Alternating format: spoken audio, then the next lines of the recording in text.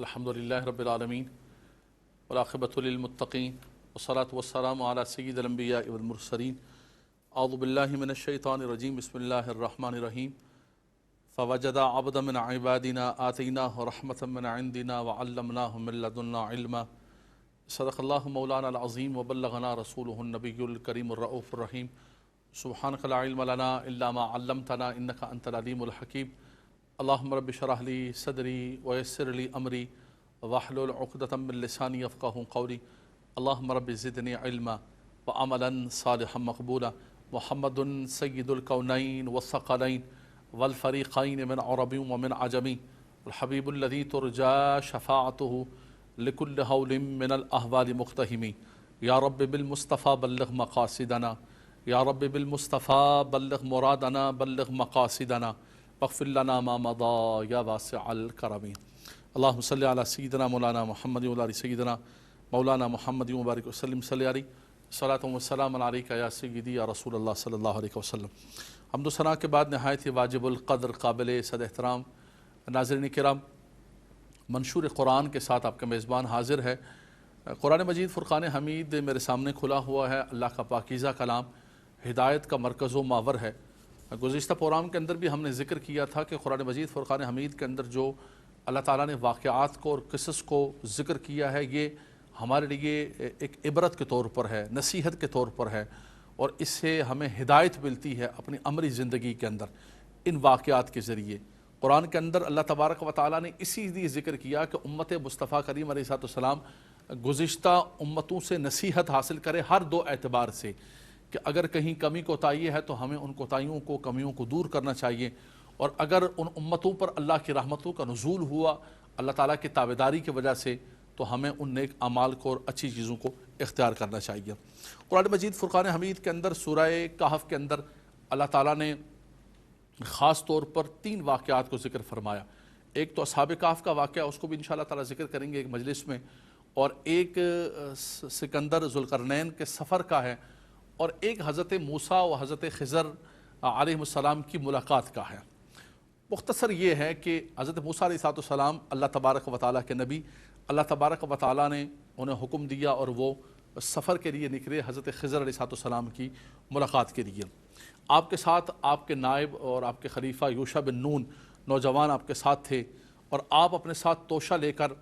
اور بھنی ہوئی مچھلی لے کر نکل پڑے، اور چلتے چلتے راستے کے اندر تھکن سی تھوڑی لگ گئی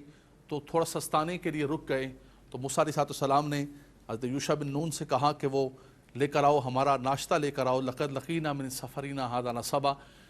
اس سفر نے ہمیں بڑا تھکا دیا ہے تو ناشتہ لے کر آؤ، ہم ناشتہ کریں۔ تو انہوں نے کہنے لگے کہ اذا اوینا الی الصخرۃ فانی نسیت الحوت، وہاں جہاں ہم چٹان کے پاس رکے تھے اور وہ جو 2 دریاؤں کے ملنے کی جگہ تھی، وہاں پر میں مچھلی کو بھول گیا۔ میں نے آپ کو بتانا تھا، آپ سے ذکر کرنا تھا، وما انسانی الا الشیطان ان اذکرہ، لیکن شیطان نے مجھے بھلا دیا کہ میں آپ کو بتاتا۔ آپ نے فرمایا کہ کس جگہ بھولے؟ کہا جو 2 دریاؤں کے ملنے کا جو سنگم تھا اور مجمع البحرین جو جگہ تھی، فرمایا کہ وہاں پر میں مچھلی کو بھول گیا۔ آپ نے فرمایا کہ وہی جگہ تھی کہ جہاں ہمیں جو ہے وہ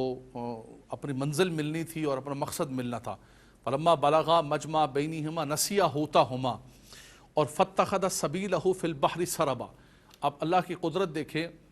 کہ بھنی ہوئی مچھلی جب وہاں پر پہنچتی ہے ان فضاؤں کے اندر، ان ہواؤں کے اندر، تو وہ بھنی ہوئی مچھلی زندہ ہو جاتی ہے اور دریا کے اندر سمندر میں چھلانگ لگا دیتی ہے اور ایک پانی کے اندر سرنگ بنا کے جاتی ہے۔ بہرحال وہاں پر لوٹتے ہیں حضرت موسیٰ علیہ السلام اور حضرت یوشع بن نون، فرتدا علی آثارہما قصصا، اپنے قدموں کے نشانات۔ وہاں پر فوجد عبدا من عبادنا آتیناہ رحمۃ من عندنا وعلمناہ من لدنا علما۔ فرمایا کہ وہاں ہمارے ایک بندے کو پاتے ہیں کہ جس سے ہم نے اپنی طرف سے علم عطا فرمایا، اپنی رحمت سے علم عطا فرمایا، جسے ہمارے ہاں عرف عام کے اندر علم لدنی کہا جاتا ہے۔ اللہ کی طرف سے علم، ایک خاص وہ علم ہوتا ہے کہ جو انسان استاد کے پاس بیٹھتا ہے، کسب کرتا ہے، سعی کرتا ہے، اور انسان جو ہے وہ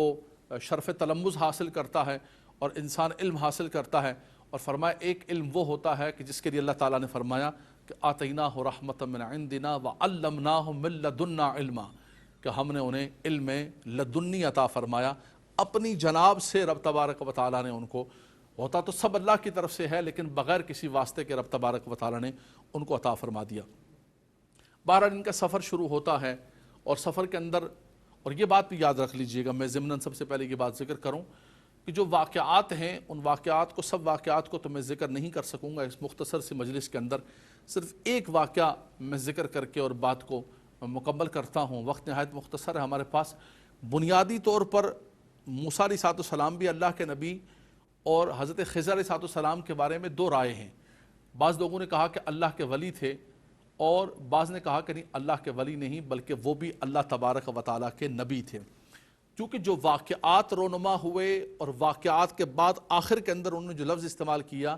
کہ وما فعلتہ عن امری ذالک تاویل ما لم تستطع علیہ صبرا، کہ یہ سب کچھ میں نے اپنے طور پر نہیں کیا بلکہ میرے رب نے مجھے حکم فرمایا۔ یعنی ان کے وہ سارے امور، سارے معاملات، سارے افعال، سارے کام جو بظاہر شریعت کے خلاف بھی نظر آتے تھے اور بظاہر ایسا لگتا تھا کہ کیوں کیا ایسا، لیکن ان کا معال اور ان کا انجام ایسا تھا کہ جس کو دیکھ کر پھر پتہ چلا کہ حقیقت کیا ہے۔ تو پتہ چلا کہ حضرت خضر علیہ السلام بھی اللہ تبارک و تعالیٰ کے نبی تھے، اور پھر نبی کے پاس جا سکتا ہے تحصیل علم کے لیے، نبی غیر نبی کے پاس تحصیل علم کے لیے، اس پر علماء نے کلام کیا کہ ایسا نہیں ہو سکتا ہے۔ بہرحال واقعات ہوئے، وہ کشتی کے اندر سوار ہوئے سب سے پہلے، اس کے بعد جو ہے ایک بچے کا ملنے کا واقعہ ہوا۔ آخر کے اندر جو میں ذکر کرنا چاہتا ہوں خاص طور پر،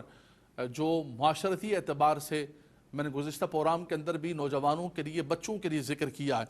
وہ یہ ہوا کہ چلتے چلتے وہ ایک گاؤں کے اندر، ایک دیہات کے اندر پہنچے۔ فانطلقا حتی اذا اتیا اہل قریۃ استطعما اہلہا،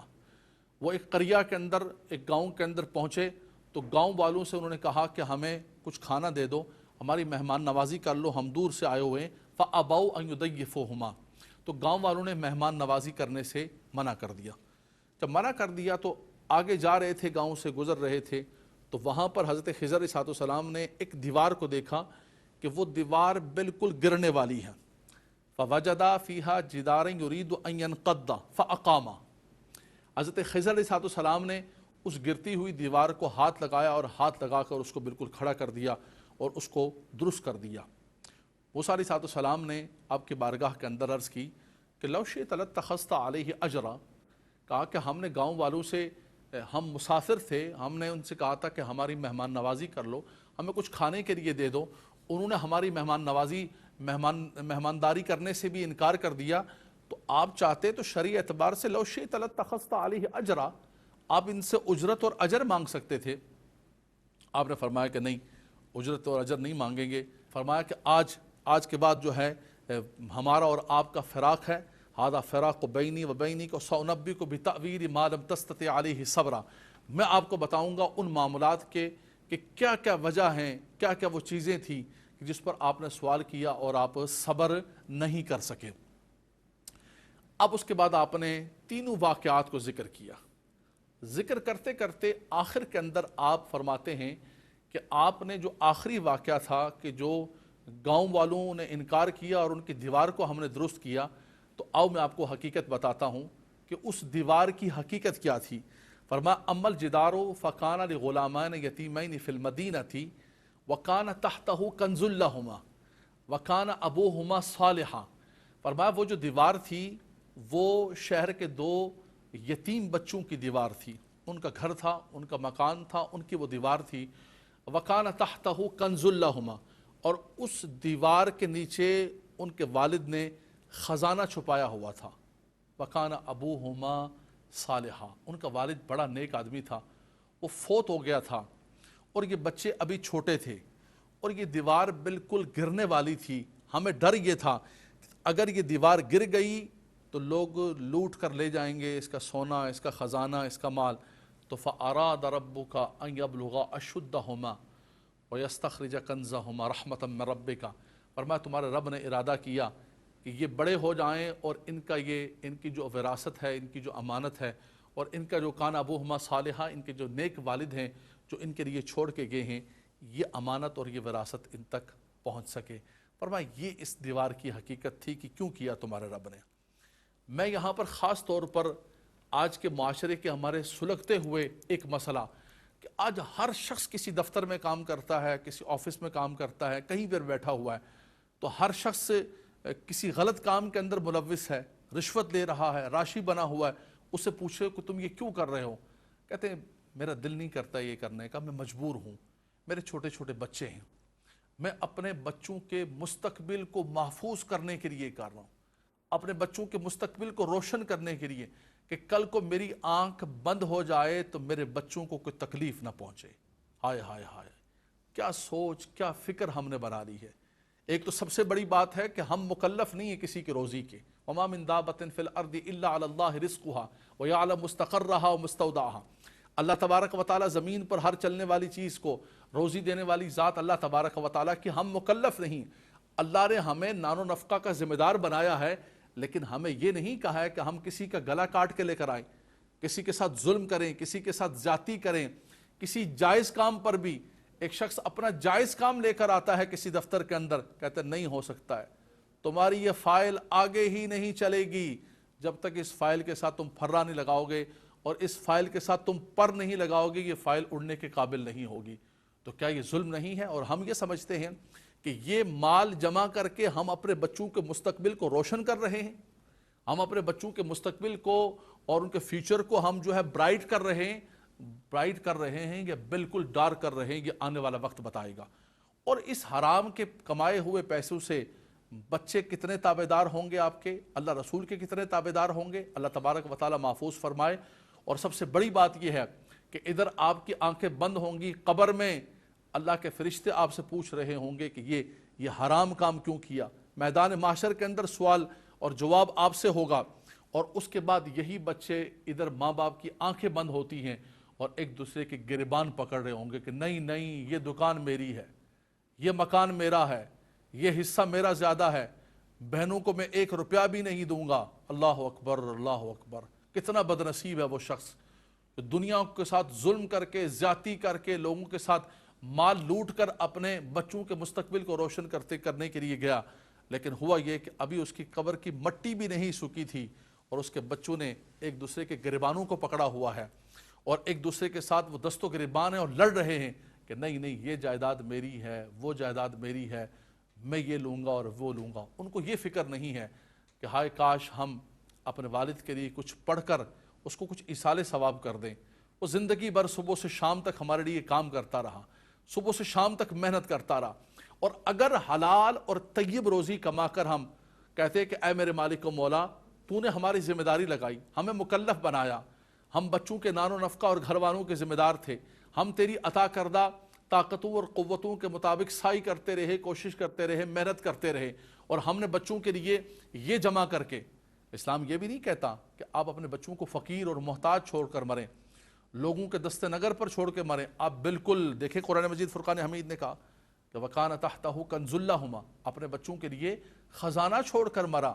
لیکن خزانہ کسی کا لوٹ کر نہیں، چوری کر کے نہیں، ڈاکہ زنی کر کے نہیں، کسی کی رشوت لے کر نہیں، کسی کے گلا گھونٹ کے نہیں، جعلی دوائیاں اور جعلی اناج بیچ کر نہیں، بلکہ کان ابوہما صالحا،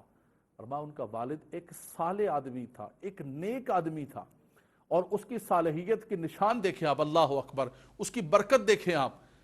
کہ وہ صالحیت اور نیکی کی برکتیں اولاد تک پہنچتی ہیں. پھر وہ حلال طریقے سے کمایا ہوا تھا، نیک آدمی تھا. آج رب تبارک و تعالی اس کے اس خزانے اور اس مال کی خود حفاظت فرما کے اس کے بچوں تک پہنچا رہا ہے.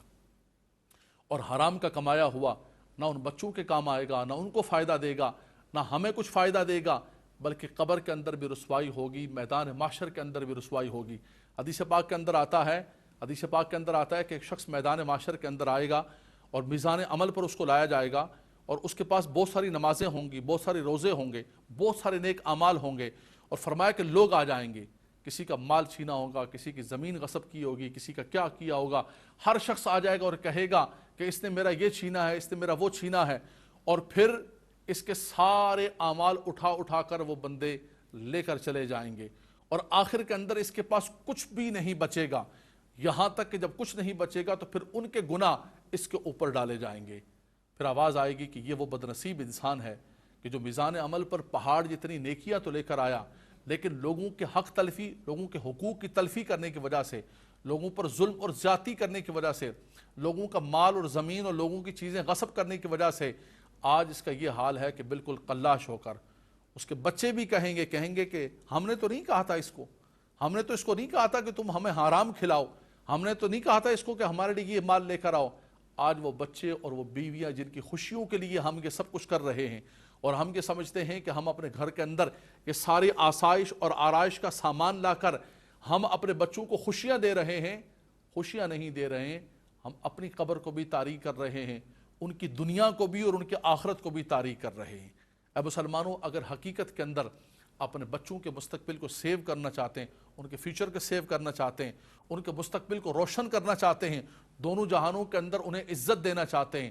تو حلال کمائیں، اللہ سے حلال طلب کریں، یہ کوشش کریں کہ خدایا تو جتنا بھی عطا فرما دے وہ حلال عطا فرما، وہ حلال لقمہ لا کر اپنے بچوں کے منہ میں دیں، حلال لقمے کے ذریعے اپنے بچوں کو جو دینا چاہتے ہیں اللہ خزانے عطا فرمائے، خزانہ عثمانی عطا فرمائے۔ سیدنا عثمان غنی کے صدقے میں، حضرت عبد الرحمن بن عوف کے صدقے میں، اللہ کے خلیل ابراہیم علیہ السلام نے بھی اللہ سے دعا مانگی تھی کہ رب اجعل ھذا بلدا آمنا وارزق اہلہ من الثمرات، خدایا کہ ہمارے آل مکہ کو پھلوں سے روزیاں عطا فرما۔ اپنی اولاد و ذریت کے لیے آپ نے دعا مانگی تھی کہ اے خدایا میری ذریت کی حفاظت فرمانا، انہیں مرجع خلائق بنا دینا، اور اے میرے مالک و مولا میری ذریت کو پھلوں سے روزی عطا فرمانا۔ تو ہم سب اپنی اولاد کے لیے دعا مانگتے ہیں کہ اللہ ہمارے بچوں کو کسی کا محتاج نہ کرے، خدا تعالی ہمارے بچوں کو کوئی دھوپ نہ لگائے، ہمارے بچوں کو پھلوں سے روزی عطا فرمائے، لیکن وہ روزی نہ دے کر جائیں، وہ مال نہ دے کر جائیں جو ظلم اور زیادتی اور عدوان اور اللہ کے نافرمانی کی وجہ سے ہو، وہ نہ مال ان کے کام آئے گا نہ ہمارے کام آئے گا۔ ایسا مال عطا فرمائے، خزانے عطا فرمائے، وَكَانَ تَحْتَهُ كَنْزٌ لَهُمَا، کنز عطا فرمائے رب تبارک و تعالی، خزانے عطا فرمائے، لیکن وہ خزانے اللہ اور اس کے رسول کی تابعداری کے اندر ہوں۔ اور یہ بھی پتہ چلا کہ جب نیکوں کی اولاد ہوتی ہیں تو ان کی برکتیں ان کی اولاد تک پہنچتی ہیں، ان کے نسلوں تک پہنچتی ہیں، اور اگر انسان خرابی کر کے جاتا ہے، ظلم کر کے جاتا ہے، تو وہ ظلم اور عدوان بچوں کو بھی دیکھنا پڑتا ہے۔ رب تبارک و تعالی ہمیں ظلم سے، عدوان سے، غلط کام سے، اللہ اور اس کے رسول کی نافرمانی سے محفوظ فرمائے۔ رب تبارک و تعالی عزت والی، برکت والی، رحمت والی، سکون والی روزی عطا فرمائے، جو ہمارے بچوں کو بھی اچھا نصیب ہو، اور کھانے کے بعد ہمارے بچے بھی اللہ اور اس کے رسول کی تابعداری کریں۔ وآخر دعوانا ان الحمد للہ رب العالمین۔